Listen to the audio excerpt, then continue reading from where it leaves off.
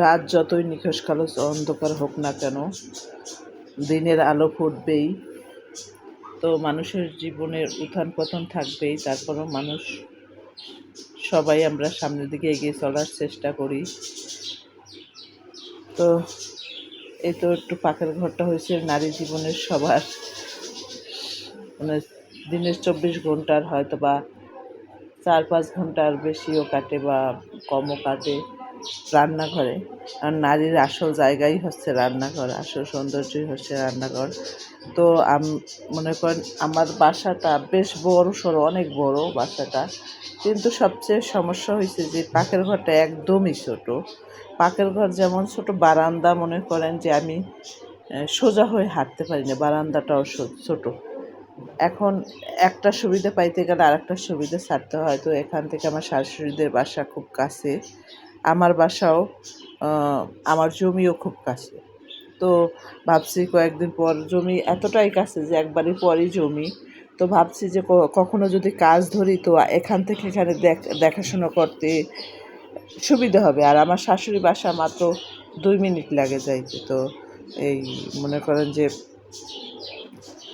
তো ছেলেদের সামনে পরীক্ষা, বড়টার পরীক্ষা চলতেছে, ছোটরা 15 তারিখ থেকে পরীক্ষা। তো দিনে কাজ করতে পারি না, সময় পাই না। তো এই জন্য রাত্রেও কিছুটা কাজ গুছিয়ে রাখি। এখন প্রায় রাত 1টা কি 1:30টা বাজে। তো আমি এই যে তখন এই কাজগুলো করতেছি, মানে এখন বাচ্চারা ঘুমাইছে, মানে এখনও ঘুমায় নাই বাচ্চারা, ওরাও সজাগ আছে আমার সাথে, কারণ ওদের স্কুল বন্ধ যেদিন থাকে ওরা দেরি করে ঘুমায়। তো এই তো মুছতেছি, মুছে টুছে মানে একা হাতে মানে কাজ করতে হয়, ঘরের সব কাজ করতে হয় আমাকে। কাজের বুয়াটা ছিল, সেটাও ছেড়ে দিয়েছি, কারণ ও ঠিকমতো আসে না, 2 দিন পর পর দেশে যায়। তো আমার দেখা যায় সেই সব মাসে 7 দিন তারে ছুটি দিতে হয়। তারপর ঈদ কোরবানিতে তো মনে করেন একদম এত লং ছুটি নেবে যে আপনি তাকে খুঁজেও পাবেন না।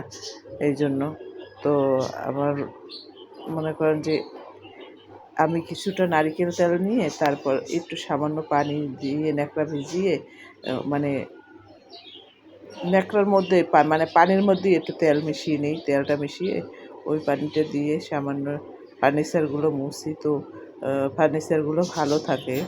তো আমি মনে করেন এরকম করে রাত্রে এগুলো পরিষ্কার করে রাখি। তো আপনারা কে কোথা থেকে দেখছেন, ভালো লাগলে ভিডিওটা লাইক কমেন্ট শেয়ার করে পাশে থাকবেন, সাবস্ক্রাইব করে পাশে থাকবেন। আমি নিয়মিত চাইতেছি ভিডিও আপলোড দিতে, আসলে বাচ্চা পড়ালেখা নিয়ে মনে করেন এটা হচ্ছে না। ইনশাল্লাহ সামনে কন্টিনিউ করব, কারণ হয় কি যে কালকে এটা আপলোড দিতাম, তো ক্যাপকাটে আমার সমস্যা হয়ে গেছে।